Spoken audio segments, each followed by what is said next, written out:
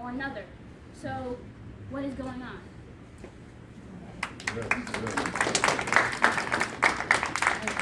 Hello, my name is Love Eden. I am a 9th grader at Fern Creek High School in Louisville, Kentucky.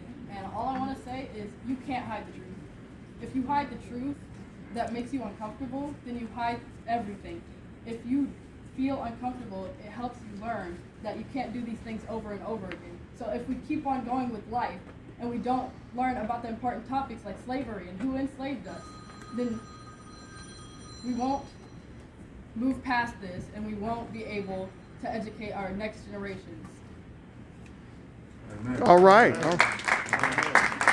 My name is Oren Heshi. I'm a 9th grader at Du Bois Academy.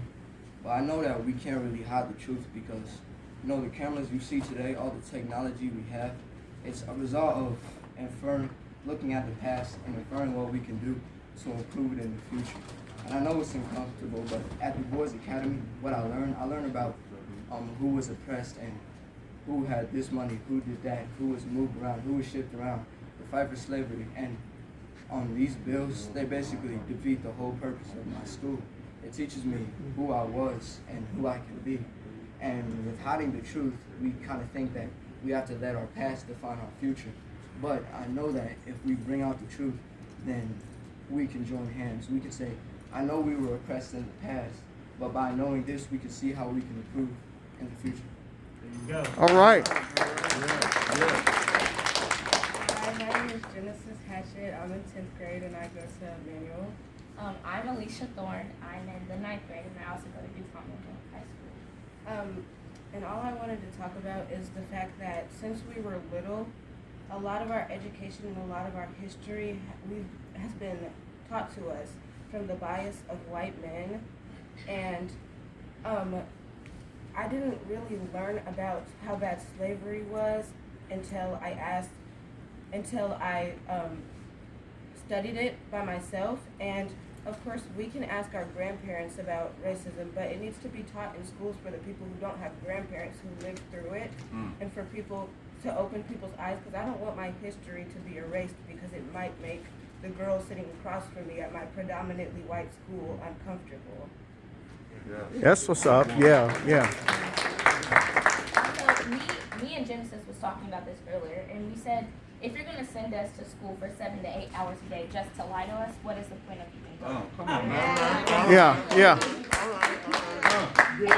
And mainly, say that we get in trouble at school and we don't tell the teacher, they encourage us not to lie. But when we're sitting in the classroom listening to them, they're lying. So in order to prepare for our future, because if we're gonna not tell the truth at any given moment, we're kids, but when we get older, it's gonna be a whole different situation from now, and it's gonna be worse than it is now if we don't speak the truth. That's right. Hi, my name is Devontae Shepard. I'm a 9th grader at the WED Du Bois Academy. And like Alicia said, if you erase our history, further on in the future, that's going to come back and get us. If kids in 3rd, 2nd grade, 5th, any grade don't know that if their reading score is very low, at a low grade, they're making prisons for that. Most people don't even know what a prisoner pipeline is. They're going to be in prison because they don't know what that is. If they don't know their self and if they don't know their history, how are they going to protect themselves? Come on now. Yeah. When you erase that history, you're making those thugs you're scared of. Go ahead, Malachi. Oh, Ingram. Go ahead, Ingram. Hello, my name is Ingram Quick. I'm a 9th grader at DuPont Manual High School. And I just wanted to say, if you are a parent or ever had a kid, you know that you have to watch your kid walk, and sometimes they make mistakes. If you never teach them those mistakes, how would they ever learn from it? How would they ever grow? It's the same thing with what's happening now. If we let HB 14 and HB 18 pass, how are we ever going to learn from our mistakes that were made in the past and never walk in the truth? Yeah. There's this book written by W.E. Du Bois called Souls of Black Folk. I'm sure many of you are familiar with it.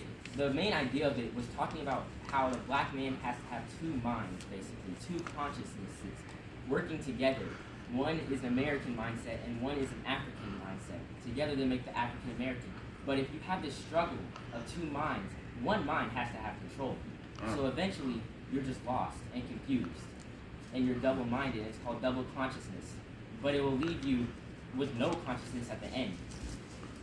And I feel like HB 14 and HB 18 will help towards having that no consciousness at the end. Like the Montes was saying, by having these bills passed and by having this anti-CRT curriculum, you're going to make the thugs that you're scared of. You're going to have black people in the world not knowing who they are and who is standing behind them.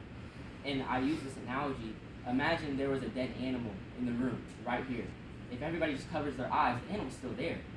So if you just have this sugar-coated way of teaching, there's no hiding it. They're going to find it. We have the internet. Our phones are right here. We can Google it in like seconds. So you're not going to hide the history. You're just going to find out a different way. So why not take us to school so that we can learn the whole truth? Yes, sir. Yes. Thank you,